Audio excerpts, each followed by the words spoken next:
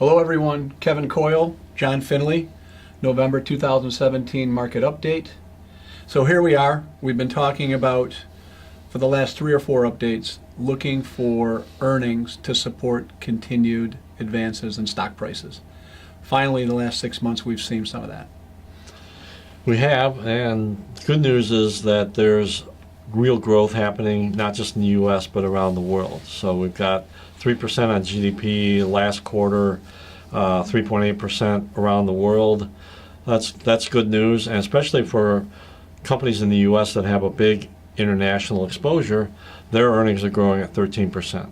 Well, that helps. So having it be a little bit wider breadth in terms of global rally, it's been kind of concentrated in the U.S., looking for the U.S. to kind of drive the whole thing.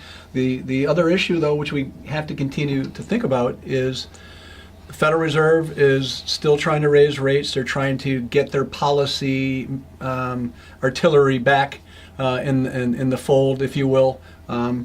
The European Central Bank has been doing the same thing the Fed was doing in terms of pumping money into the system. So nothing's really changed there in terms of things to be concerned about in terms of the global debt backdrop.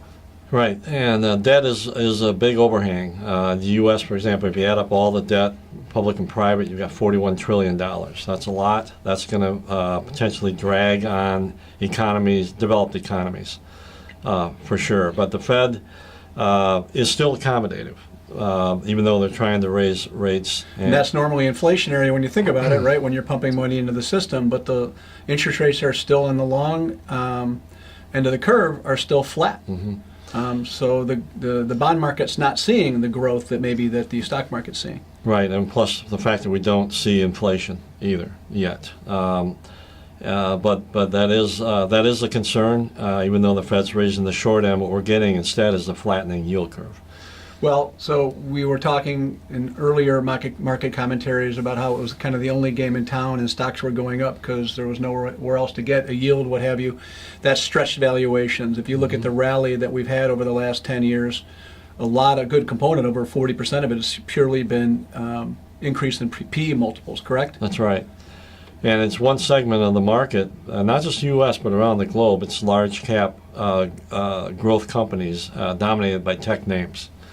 And the valuations right now are as high as you're ever going to see. 22 times trailing price earnings ratio is very high. So you think about the stock market rally, it's not the entire stock market. There are a small area of the market's doing very, very well, and a broad area of the market is not participating in this. That's right, the value stocks in particular. So when you think about your overall allocations and your tolerance for risk, the party's a little bit late in the game. The valuations are stretched, but it's running. But there is something to be made for looking for and adding value to the portfolio to kind of run cross-current in terms of managing risk over a full cycle. We haven't had a 10% decline since Brexit. Mm-hmm. We would imagine that it's coming sooner as opposed to later, but that remains to be seen. Well, very low volatility, as we've seen this year. The lowest it's been in 53 years, and that's not going to stay that way. So we continue to be cautiously optimistic. Right. Winter is upon us. It was a rather abrupt change, cold weather, and our first snowfall in Chicago. Until we talk again next quarter, enjoy.